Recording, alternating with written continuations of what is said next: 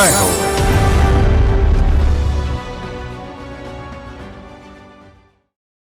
నమస్కారం. సామాన్యుల అసమాన విజయ గీతిగా ఈటీవీ జయహోకు స్వాగతం.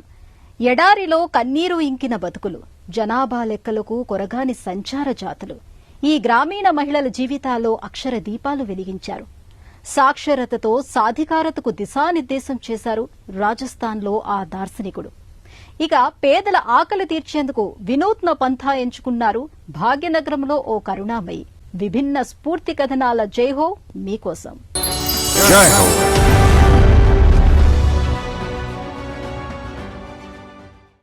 స్వచ్ఛంద సేవకు అచ్చమైన నిర్వచనం, మానవతకు నిలువెత్తు శిఖరం.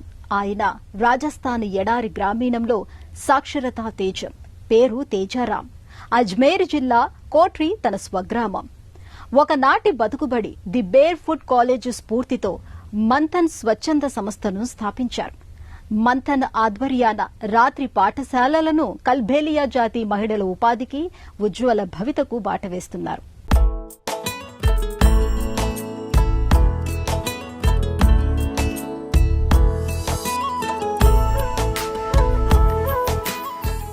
ఎడారి నేల మీద నాగస్వరాల శృతిలయ్యల్లో కమనీయ నృత్యాలు, సుడులు తిరుగుతూ వేగంగా సాగే నాట్యం, కాల్బెలియా కళాకారుల మువ్వల సవ్వడి, కూటి కోసం దేశదిమ్మరులుగా మారిన రాజస్థాన్ సంచార జాతి బిడ్డలు, నిరక్షరులుగా అంధకారంలో మగ్గుతున్న వీరి జీవితాలలో అక్షర వెలుగులు నింపారు మంథన్ సంస్థ వ్యవస్థాపకుడు అజ్మేర్ జిల్లా కోట్రి గ్రామవాసి తేజారాం.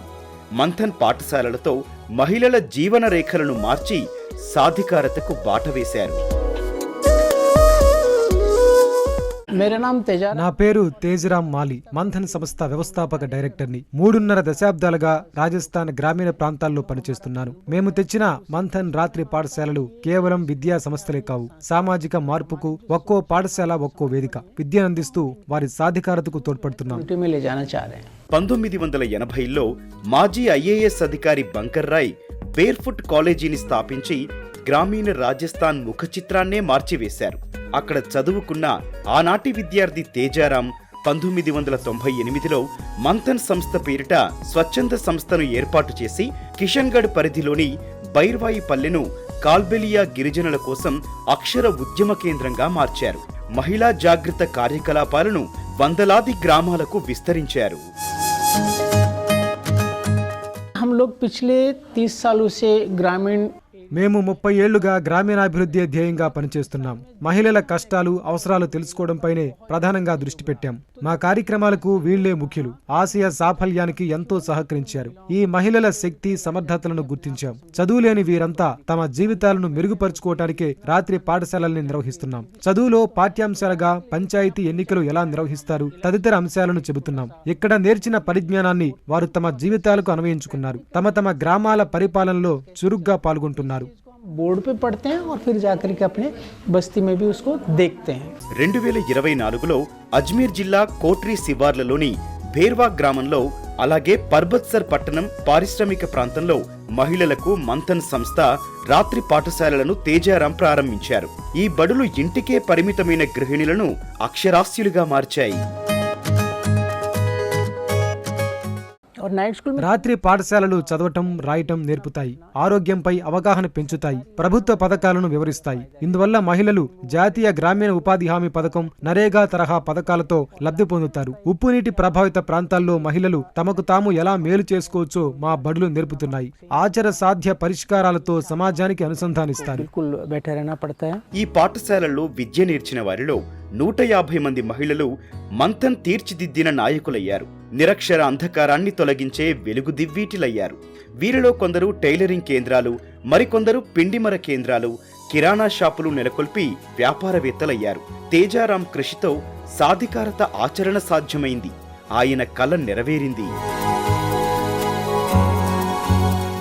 महिलाएं तो पहले से ही सक्षम है, उसको सक्षम करने की जरूरत नहीं। మహిళలకు సామర్థ్యాలున్నాయి. వారికిప్పుడు లభించాల్సింది సముచిత గౌరవం, అందించాల్సింది నైపుణ్యాలే. మా మంథన్ నైట్ స్కూల్స్ లో తొలుత 150 మంది గృహిణులు చేరారు. ధైర్యంగా ముందుకొచ్చిన వీరికి సామాజిక గుర్తింపు లభించింది. ఒకప్పుడు చిన్న చిన్న ఖర్చులకు సైతం భర్త ఇస్తాడని ఎదురు చూసేవారు. వారే ఇప్పుడు సంపాదిస్తున్నారు. పేర్లు రాసి సంతకం చేస్తున్నారు. వీరు చైతన్యవంతులు కావడంతో వారి కుటుంబాల్లో, సమాజంలో మార్పు వచ్చింది. నవజీవన శైలితో వీరంతా నాయకులుగా తయారవుతున్నారు. अपने परिवार में बदलाया और पूरा एक कम्युनिटी को उन्होंने बदलाया। ఈమె స్వప్న సరిత మహంతి సమసమాజ స్వాప్నికురాలు, సామాజిక కార్యకర్త. ఒడిషా నుంచి వెళ్లి రాజస్థాన్లో స్థిరపడ్డారు. ఇక్కడ స్త్రీ విద్యకు మంథన్ సంస్థ వ్యవస్థాపకుడు తేజారాం కృషి, ఆయన దార్శనికత ఆమెను ఆకర్షించాయి. మహిళా సాక్షరతకు ఏర్పాటైన మంథన్ రాత్రి పాఠశాలలో భాగస్వామి అయ్యారు. I am born and raised, मेरा जन्म स्थान जो है वो నేను స్వప్న. పుట్టింది పెరిగింది ఒడిషా రాష్ట్రం రూర్కెలాలో. అక్కడ డిగ్రీ చదివాను. తర్వాత రాజస్థాన్ వచ్చి జర్నలిజంలో పీజీ చేశాను. ఎన్నో ఏళ్లుగా మీడియాలో ఉన్నాను. ఓ సందర్భంలో మా గురువుగారు సన్నీ సెబాస్టియన్ నా ఇష్టాన్ని గమనించి స్వచ్ఛంద సేవారంగానికి వెళ్లేందుకు ప్రోత్సహించారు. అలా సామాజిక సేవపై అభిరుచి పెరిగింది. సమాజంలో ఎందరితోనో కలిసి పనిచేయడం నాకెంతో సంతోషంగా ఉంది. सोसाइटी मैं एक्सप्लोर करना शुरू की इस सेक्टर को। మంథన్ బడిలో అక్షరాలు నేర్చిన కల్బేలియా గిరిజన తెగ మహిళా సర్జు తన జీవితాన్నే మార్చుకున్నారు. ఇంటి నుంచే చిన్న వ్యాపారం ఆరంభించారు. ఒకనాడు ఇళ్లు దాటని ఈమె ఇప్పుడు ఆస్పత్రికి లేదా ఎక్కడికైనా నిర్భయంగా, సునాయాసంగా వెళ్లి వస్తున్నారు. हमारा नाम सरजू है, बेरवाई गांव है। నా పేరు సర్జు. బెర్వాయి గ్రామంలో ఉంటున్నాను. కాలక్రమేణా ఇక్కడ అనేక మార్పులు వచ్చాయి. గతంలో ఈ ఊళ్ళో 50 లేదా 60 కుటుంబాలుండేవి. ఇక నేను నేహా అనే స్నేహితురాలతో రాత్రి బడికి వెళ్లి చదువుతున్నాను. ఓసారి డాక్టరు మా బడికి వచ్చి మాకు శుభ్రత, పిల్లలకు పోషకాహారంపై అవగాహన కల్పించారు. అంతకుముందు నాకు ఆసుపత్రులు, డాక్టర్ల గురించి పెద్దగా ఏమీ తెలీదు. नाराज नहीं होते, कुछ होके जाते। అక్షరాస్యతను అద్దుకున్న సంజుదేవి తన గ్రామంలో ఓ పిండి మిల్లు ఏర్పాటు చేసుకున్నారు. అజ్మీర్, నాగౌర్ జిల్లాల్లో తేజారాం నాయకత్వంలో మంథన్ బడుల అక్షర వెలుగులో వేలాది వనితలు ఇలా తమ జీవితాలను మెరుగుపరుచుకున్నారు. ఎడారి ప్రాంత గ్రామీణ పేదలకు తేజారాం ఓ నిత్య ఉషస్సు, నిరంతర ప్రేరణ. पहले तो हम कुछ भी नहीं जानते थे। నా పేరు సంజు. మొదట నాకేమీ తెలీదు. రాత్రి బడుల విషయం తెలిసాక ఇక్కడా అలాంటి బడి ఉంటే బాగుంటుందనుకున్నాను. అంతకుముందు ఇల్లే తప్ప మిల్లు, వ్యాపారాలు తెలియవు. చదువుకున్న తరువాత ఈ పనులు తేలిగ్గా చెయ్యగలనన్న నమ్మకం కుదిరింది. బాగా చదువుకొని మీ పిల్లలకు నేర్పండి అని గ్రామంలో అందరినీ ప్రోత్సహిస్తున్నాను. पढ़ो और बच्चों को पढ़ाओ और आगे बढ़ाओ। अब तो సాధికారత ఒకరిస్తే వచ్చేది కాదు. అతివలకు విద్య నేర్పి సహకరిస్తే వారే అవకాశాలు అందుకొని స్వయంగా సాధిస్తారని తేజారాం మనసులో మాట. इस सोच से महिलाओं के साथ మహిళలు సహజంగానే సాధికారత అందిపుచ్చుకోగలరని నా విశ్వాసం. వారిని గౌరవించి నైపుణ్యాలు కల్పిస్తే సరిపోతుంది. ఈ దిశగా పాఠశాలలో చదివే వారికి ఆర్థిక, సాంకేతిక సాయం అందిస్తున్నాం. ఇందువల్ల వారు వారి నాయకత్వ లక్షణాలతో ఎదిగి సామాజిక అభివృద్ధికి అర్థవంతంగా సహకరిస్తారు. ये महिला रात्रि स्कूल उनको देता है।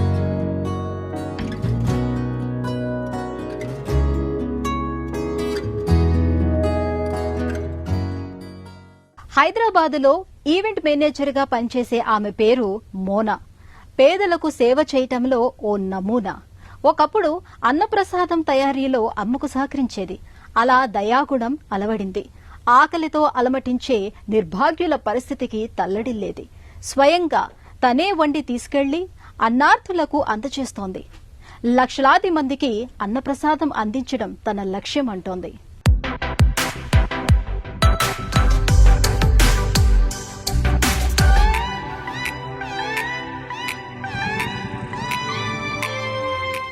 దక్కన్ పీఠభూమిలో మహానగరం భాగ్యనగరం. తెల్లవారుజామునైతే ఎల్లవేళలా చల్లగా ఉంటుంది. మనుషుల మనసులు అన్ని కాలాల్లో మరీ చల్లన. అలాంటి హైదరాబాదులో అనగనగా ఓ మోనా ఫ్యాషన్ బైక్ మీద తిరుగుతోంది అనుకోవద్దు. ఈమె ఫ్యాషన్ మాత్రం కరుణ. మధ్యతరగతిలో జన్మించిన మోనా కష్టపడి ఉన్నత స్థాయికి ఎదిగారు. దయా, కారుణ్యంపై నాన్న చెప్పిన మాటలు మంత్రాక్షరాలయ్యాయి. ఏదైనా సాధించాలంటే కలలు పెద్దగానే ఉండాలని సోదరుడు డాక్టర్ రాజేంద్ర ప్రసాద్ ఈ చెల్లితో చెప్పారు. మోనా బీటెక్ ఆ పై చదువులు చదివారు. తను మరీ యాంత్రికంగా కాకుండా ఇతరులకు సాయపడే తత్వంతో పెరిగారు. సాహస యాత్రలను ఓ సామాజిక ప్రయోజనం కోసం సోపానంగా చేసుకున్నారు.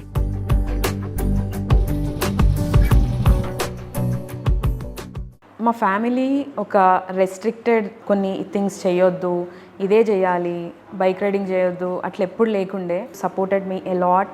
నాకు ఒక ఎల్డర్ బ్రదర్ ఈక్వల్గా ఏది చేసినా, జిమ్ చేసినా, బైక్ రైడింగ్ చేసినా, కార్ డ్రైవింగ్ తనకు ఈక్వల్గా పెంచుతుండే. సో మమ్మీ ఏంటంటే చాలా కరేజియస్గా, బోల్డ్గా, బ్రేవ్గా ఉండాలి, అసలు దేనికి భయపడొద్దు అని నాకు చాలా నేర్పించింది. సో దానివల్ల నాకు ఇంకా మోటివేట్ అయ్యి, ఇంకా మమ్మీ వల్ల ఎంకరేజ్ అయ్యి ఇంకా సోషల్ సర్వీస్ చేయాలని ఉంది నాకు. మోనా మొదటి నుంచి ఓ కరుణామయిలా పెరిగారు.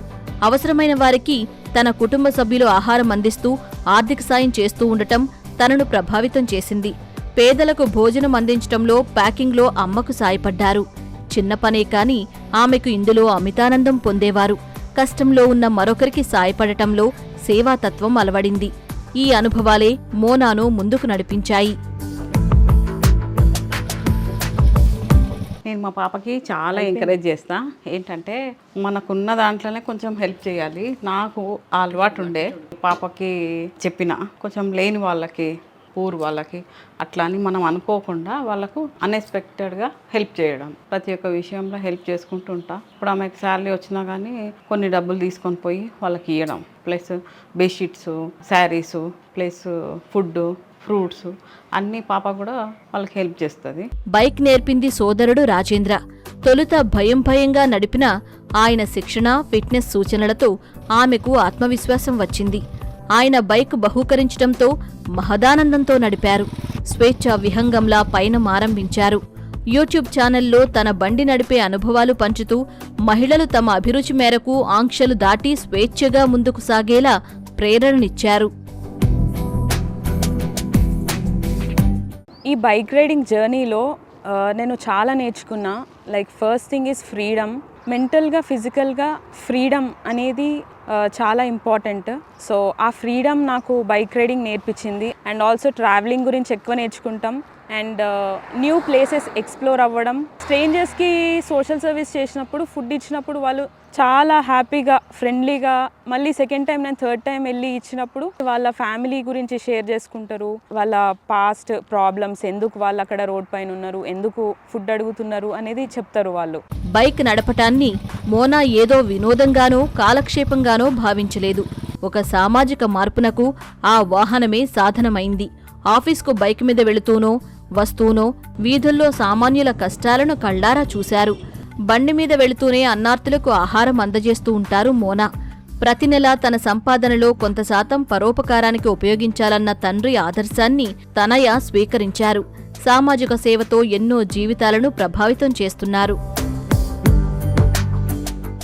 నేను డైలీ ఆఫీస్కి, ఇంటికి కమ్యూట్ చేసేటప్పుడు చాలామంది ఫుడ్ లేని వాళ్ళను అండ్ షెల్టర్ లేని వాళ్ళను చూస్తుండే.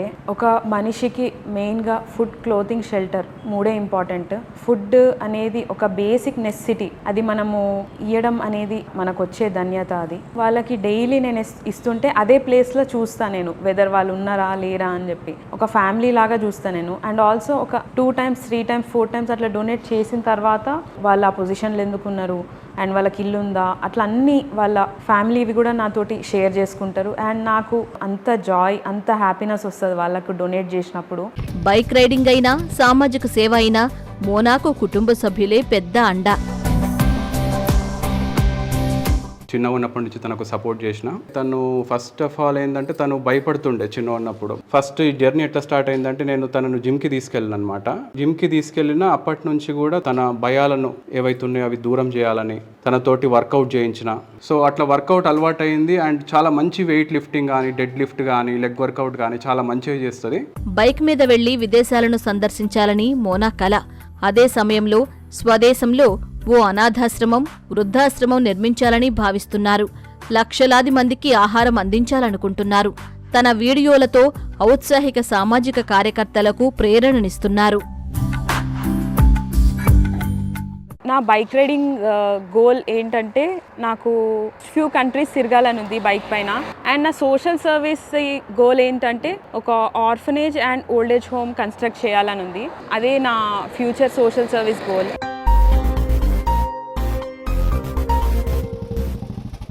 రాజస్థాన్ ఎడారి గ్రామాలకు అక్షర దీపావళి తీసుకొచ్చి గిరిజన మహిళలను సంపద సృష్టికర్తలుగా మార్చిన తేజారాం, మనసుంటే సామాజిక సేవకు మార్గం ఉంటుందని నిరూపిస్తున్న హైదరాబాద్ యువతి మోనా ఉభయులు నిజమైన విజేతలు, నిండు స్ఫూర్తిదాతలు.